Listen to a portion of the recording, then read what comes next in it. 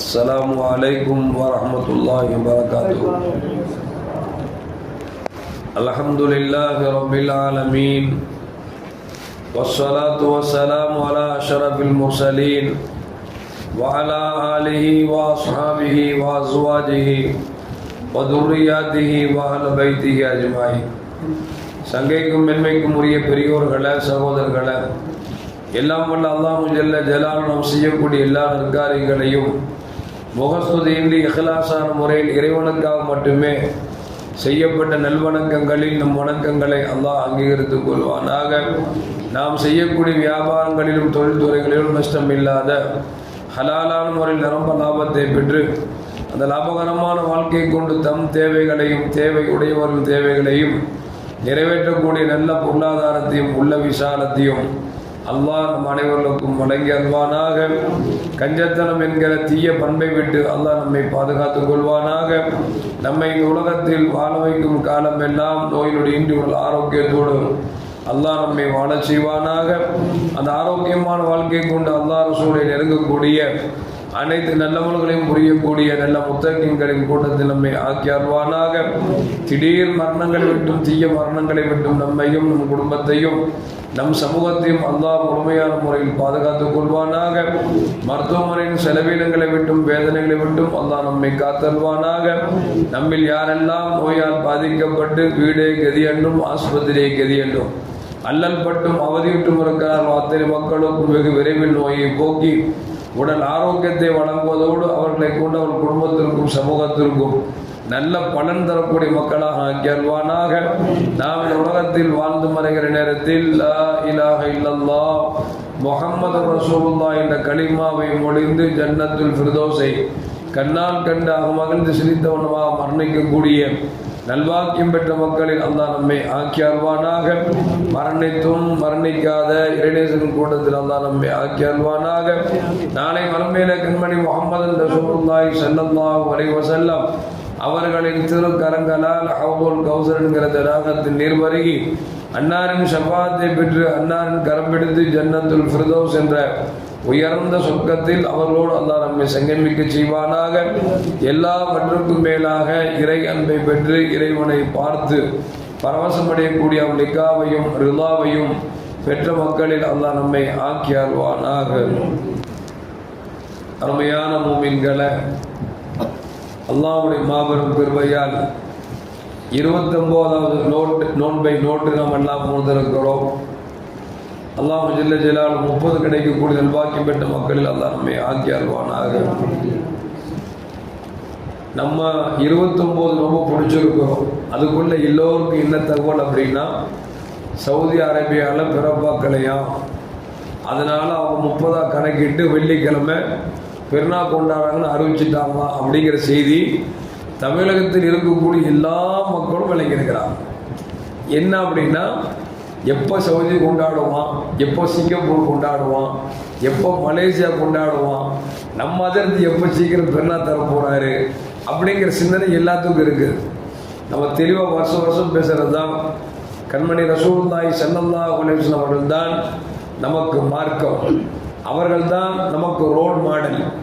அவர்கள் சொன்ன வார்த்தை என்ன? நீங்கள் பிறை 29 ஆண்டு நீங்கள் பிறை பார்க்க வேண்டும். பிறை தெரிந்தால் உங்களுக்கு அடுத்த நாள் பெருநா. பிறை தெரியாவிட்டால் நீங்கள் ரமலானை 30 கணக்கிட்டு அதற்கு பிறகு என்ன செய்ய பெருநா கொண்டாடுங்கன்ட்டாங்க. இப்போ நமக்கு இன்னைக்கு 29. இப்போ இன்னைக்கு நைட்டு பிற பார்க்க வேண்டிய கடப்பாடு இருக்கிறது. பிறை பார்ப்போம். பிறை தெரிந்தால் நாளைக்கு பெருநாவாக இருக்கும். பிறை தெரியல, காந்தியாருடைய அறிவிப்பு எதிர்பார்ப்போம். இந்த தமிழகத்தில் எங்கேயாவது ஓரஞ்சாரமா கொஞ்சமாக தெரிஞ்சிடாதா அப்படின்னு எட்டி பார்த்துட்டு இருப்பாங்க. அவங்க செய்தி வந்துச்சு அப்படின்னா காந்தியாவோட தீர்க்கமாக ஒரு அறிவிப்பாங்க. அந்த அறிவிப்பு வந்தாலும் நாளைக்கு பெருநாள்னா பெருநா கொண்டாட வேண்டியது. பெருநா இல்லை என்று சொன்னால் நாளை 30 கணக்கிட்டு நோன்பு வச்சுட்டு இன்ஷா அல்லாஹ் நமக்கு சனிக்கிழமை பெருநாள் மாற்று கருத்து அல்ல. அதனால் மூலம் மார்க்கத்தை நன்றாக விளங்கியவர்கள் குழம்பி போக வேண்டிய அவசியம் இல்லை. அதே நேரத்தில் ரமலான் நமக்கு நிறைய பாடங்கள் கொடுத்திருக்கிறது. தொழுகாதவர்கள் தொழுதிருக்கிறார்கள், குரானை ஓதாதவர்கள் குரானை எடுத்து ஓதி இருக்கிறோம். நோன்பு பிடிக்காத நோன்பு பிடித்திருக்கிறோம், தானம் தர்மம் வழங்காதவர்கள் தானம் தர்மம் கொடுத்திருக்கிறோம். ஏன் நம் குடும்பத்துக்கு மத்தியிலே சச்சரவு இருந்தவர்கள் கூட சண்டைகளை ஒதுக்கிவிட்டு நாம் இணைந்து வாழ்ந்து கொண்டிருக்கிறோம். இது ரமலானோடு முடிந்துவிடக்கூடாது. ஏனென்று சொன்னால் கண்மணி முகமது ரசூலுல்லாஹி ஸல்லல்லாஹு அலைஹி சொல்லுவாங்க, அஹப்புல் அமாலி இலல்லாஹி அதுவாமுஹா வயங்கல்ல. நீங்கள் செய்யக்கூடிய அமல்ல அல்லாஹ்வுக்கு ரொம்ப பிடிச்சமான அமல் என்ன அப்படின்னா, கொஞ்சமாக இருந்தாலும் அதை தொடர்ந்து செய்யக்கூடிய அமல் தான் அல்லாஹ் நேசிக்கிறான், அதுதான் இறைவனுக்கு பிரியத்திற்குரியது என்று கண்மணி முகமது ரசூலுல்லாஹி ஸல்லல்லாஹு அலைஹி சொல்றார். நம்ம 5 வக்து நம்ம நேரம் தவறாம தொழுதோம் அப்படின்னா ரமலானை தொடர்ந்து அதுபோன்று நேரம் தவறாமல் தொழுகையை கடைபிடிக்க வேண்டும்.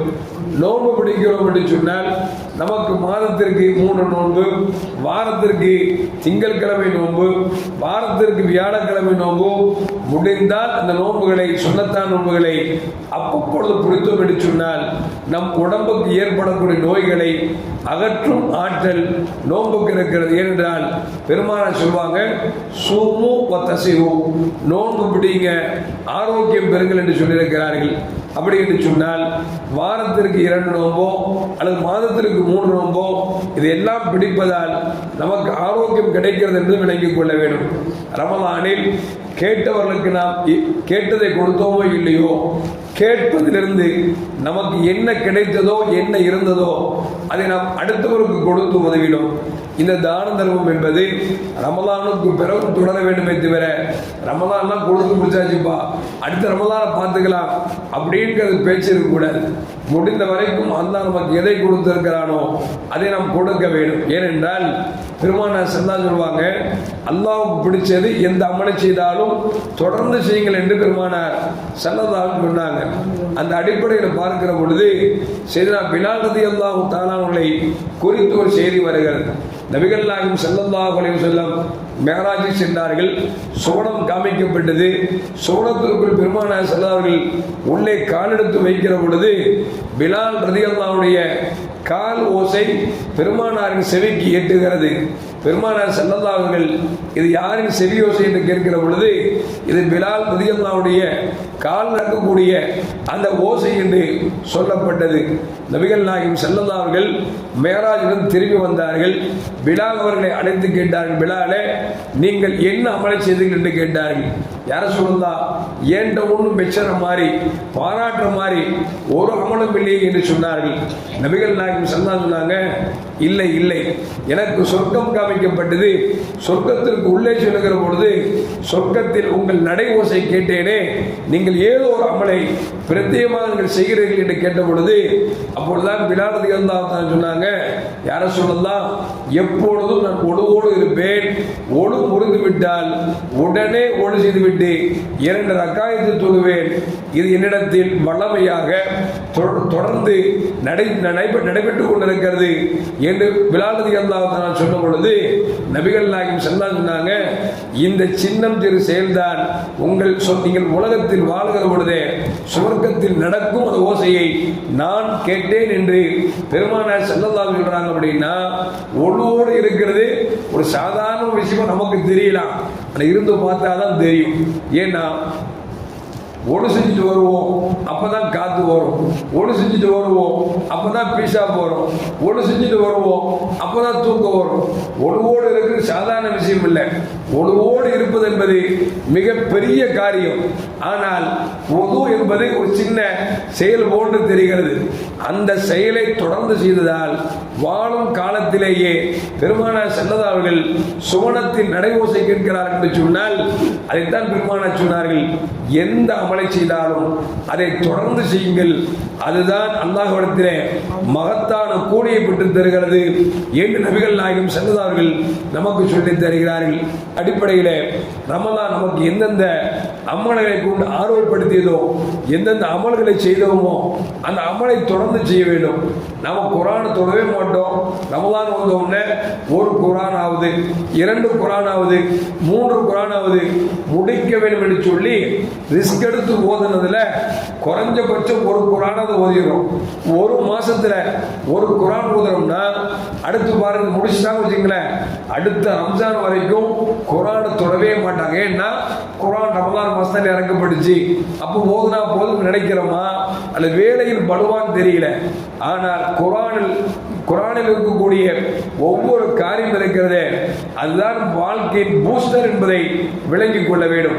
முடிந்த வரைக்கும் ஒரு யாசீனோ மாலையில் ஒரு வாக்கியாவோ நாம் குறைந்தபட்சம் போதி வந்தோம் என்று சொன்னால் அந்த குரானை கொண்டு அல்லாஹ் நம்மை பாதுகாப்பான் என்பதில் நம்ம எந்த மாற்று கருத்தும் அல்ல. எல்லாம் அல்லாஹ் ரமலானை தொடர்ந்தும் அல்லாஹ் அமல் செய்யக்கூடிய நல்பாக்கியத்தை நமக்கு வழங்குவதோடு இந்த ரமலான் இது கடைசி ரமலானாக நமக்கு அமைந்து விடக்கூடாது. அல்லாஹ் இன்னும் பல ரமலான்களை அடையக்கூடிய நல்பாக்கியம் பெற்ற மக்களில் அல்லாஹ் நம்மை ஆக்கி அருள்வானாக. அஸ்ஸலாமு அலைக்கும் வரஹ்மத்துல்லாஹி வபரகாத்துஹு. முஹம்மது ஸல்லல்லாஹு அலைஹி வஸல்லம் ஸல்லல்லாஹு அலா முஹம்மது ஸல்லல்லாஹு அலைஹி வஸல்லம் ஸல்லல்லாஹு